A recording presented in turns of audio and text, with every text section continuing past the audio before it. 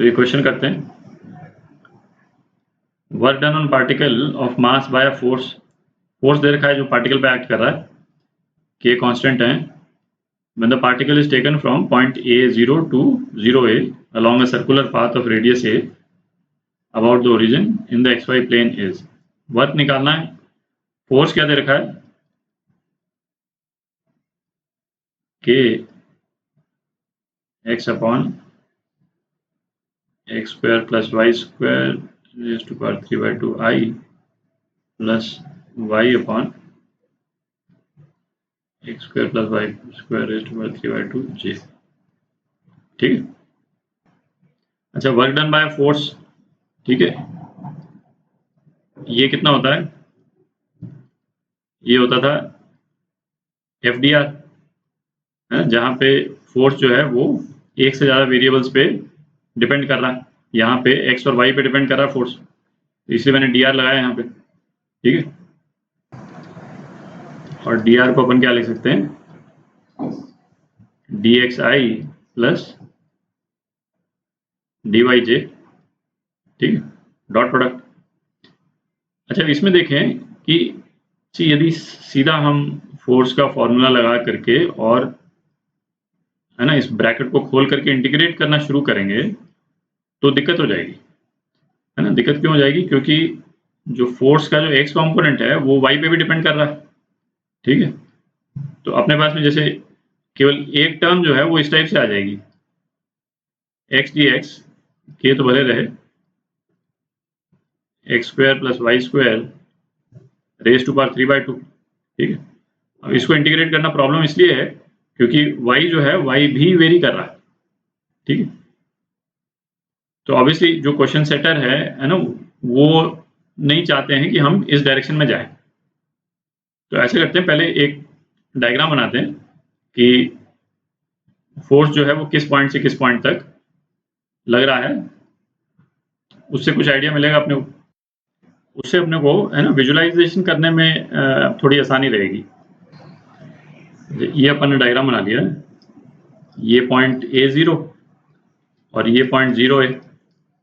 और क्वेश्चन में क्या बोल रहा है, ये इंपॉर्टेंट है कि सर्कुलर पाथ के थ्रू हम लेकर के जा रहे हैं पार्टिकल को, A0 से 0A, इस लाल वाला जो रूट बना है इस पे लेकर के जा रहे हैं। यदि इसमें ये दिया हुआ होता कि फोर्स कंजर्वेटिव है, ये दिया हुआ नहीं है, है ना, फोर्स कंजर्वेटिव है, तब हमारा काम काफी आसान हो जाता। आसान क्यों हो जाता है, क्योंकि फिर तो हम चाहे किसी भी पाथ से लेकर के जाएं, तो हम क्या करते, हम पहले इस पाथ से ले जाते, A0 से 0 0 ले आए उसको। ठीक है, और यहाँ पे क्या y कांस्टेंट है। ठीक है, इनफैक्ट y को 0 भी डाल सकते थे यहाँ पे। ठीक है, और उसके बाद में हम इस डायरेक्शन में ले जाएं और इस वाले पोर्शन में x को 0 डाल दें। ठीक है, x को कांस्टेंट कर दें, x को 0 डाल दें, तो ऐसे करके कर सकते थे। बट इसमें ये नहीं दे रखा है कि फोर्स कंजर्वेटिव है, तो हमको पाथ हम चेंज नहीं कर सकते। ठीक है, ये कोई दूसरा क्वेश्चन यदि आपको मिले इस टाइप का, और यदि ये दे रखा हो कि फोर्स कंजर्वेटिव है, क्योंकि देख करके मालूम नहीं चलता है कि फोर्स कंजर्वेटिव है कि नहीं, है ना। तो फोर्स कंजर्वेटिव है तब आप जो है पाथ अपना चूज कर लीजिए, है ना। इनिशियल और फाइनल पॉइंट बस केवल वही रेलेवेंट है।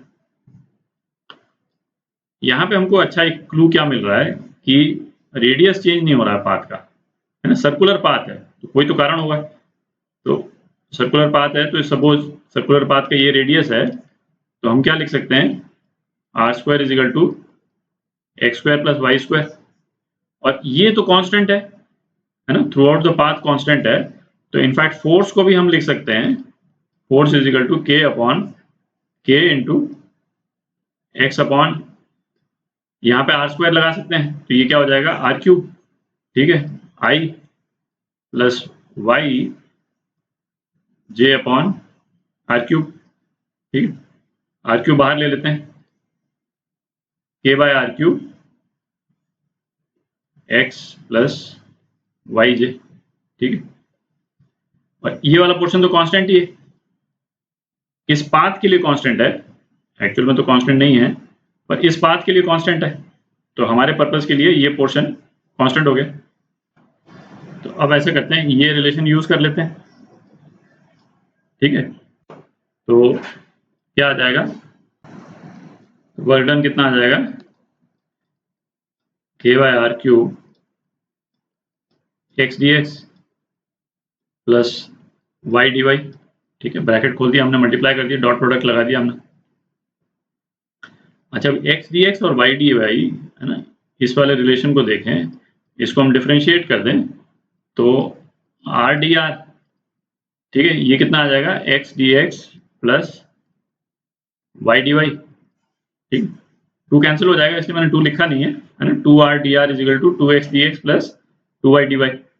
तो ये रिलेशन आ गया, तो इस रिलेशन को यहाँ पे यूज कर लेते हैं, x dx plus y dy जो है इसको यहाँ पे यूज कर लेते हैं। तो ये क्या आ गया आपका, kr dr अपॉन r³, तो ये आ गया k dr अपॉन r², ये dw आ गया। अच्छा, अब आप इस वाले एक्सप्रेशन को देखें तो ये एक्सप्रेशन जो है वो r पे डिपेंड कर रहा है, ठीक है, और वर्क तभी आएगा जब r वेरी करेगा।